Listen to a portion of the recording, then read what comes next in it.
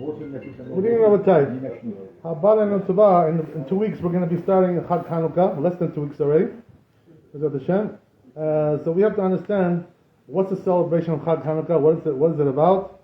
Number one, they say the Chazal that what happened was that the Greeks, they came to conquer Eretz Israel.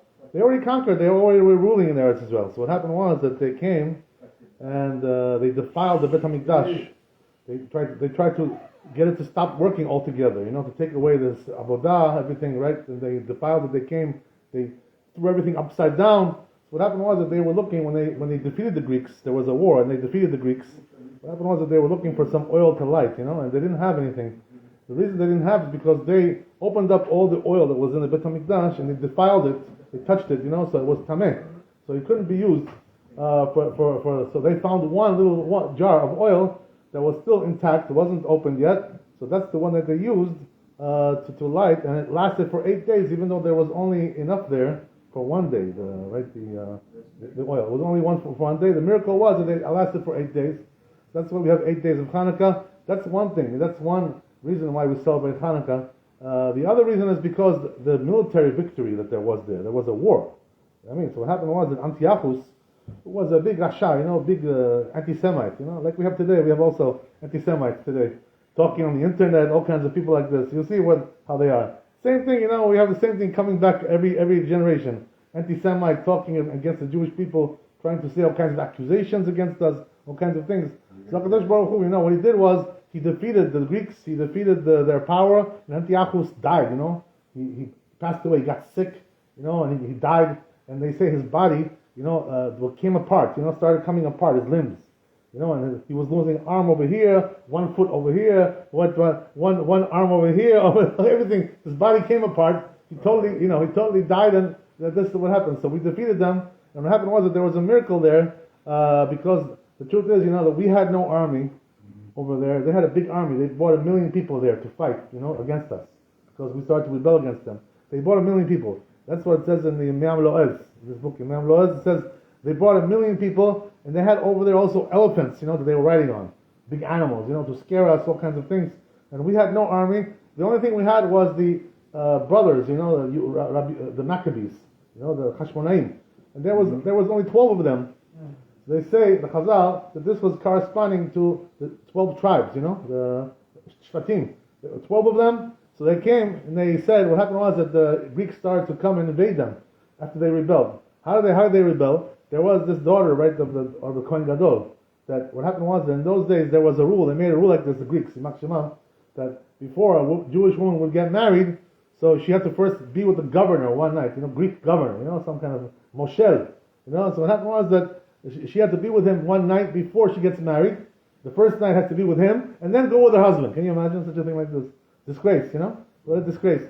So what happened was that the Kohen Gadol's daughter, whose name was Yehudit, that was her name, what happened was that she wanted to get married, so what happened was that when it was time for her to go to the chuppah, they diverted her, to the other direction. They said, no, we're taking you somewhere else.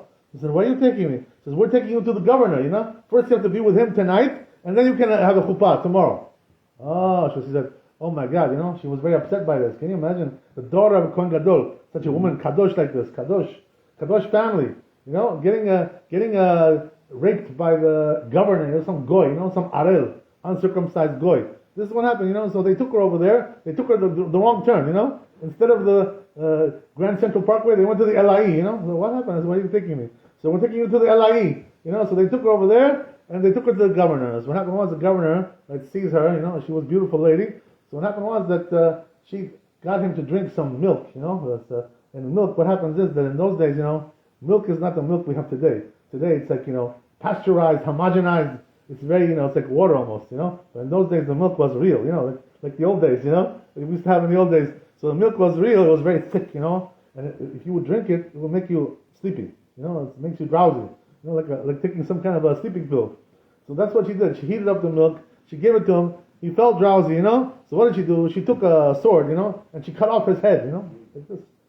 Cut off the head, and she came out to the balcony, to the Mirpeset, and she showed everybody, she said, see, this is what happens to people who mess with the Jewish people, like this, So showed his head like this, Can Can you imagine? So this is what happened, and this is when the war started. Once the Greeks saw that the Jews rebelled against them, they made a war against them. This is what happened. So Kadosh Baruch Hu, what he did was, after the Greeks started to come with their army, the brothers of the Hashmonaim, right, the father and the brothers, what happened was they had some kind of a meeting. They met together and they said, what should we do? We have 1 million people coming against us over here. How are we going to defend ourselves? We have no army.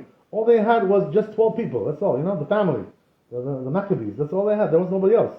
So what happened was that they said, maybe the Persians will come to help us. Because the Persians over there at that time were also a big superpower. The Greeks were coming and dominating them, overpowering the Persians little by little. But the Persians, they said, they promised us they're going to come and help us. With the war. Just like today. America promises you, right? Yeah, we'll help you.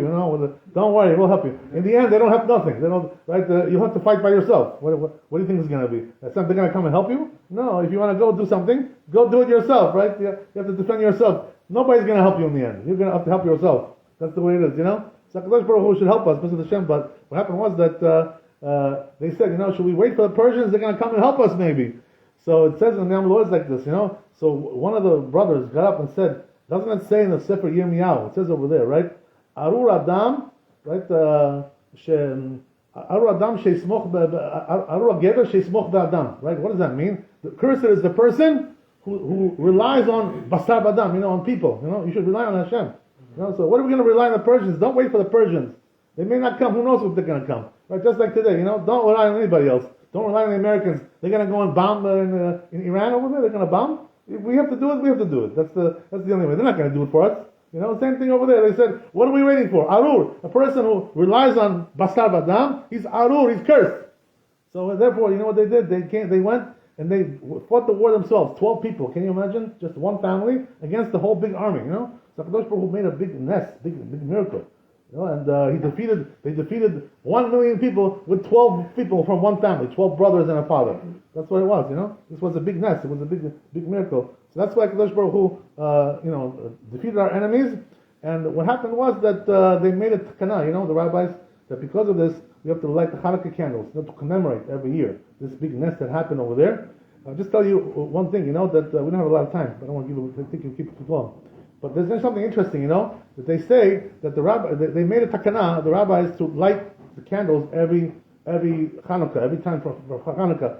But what happened was that they didn't make one thing. Usually for a holiday, they make a seudah also. You know what I mean? Just like on Chagim, we have seudot, right?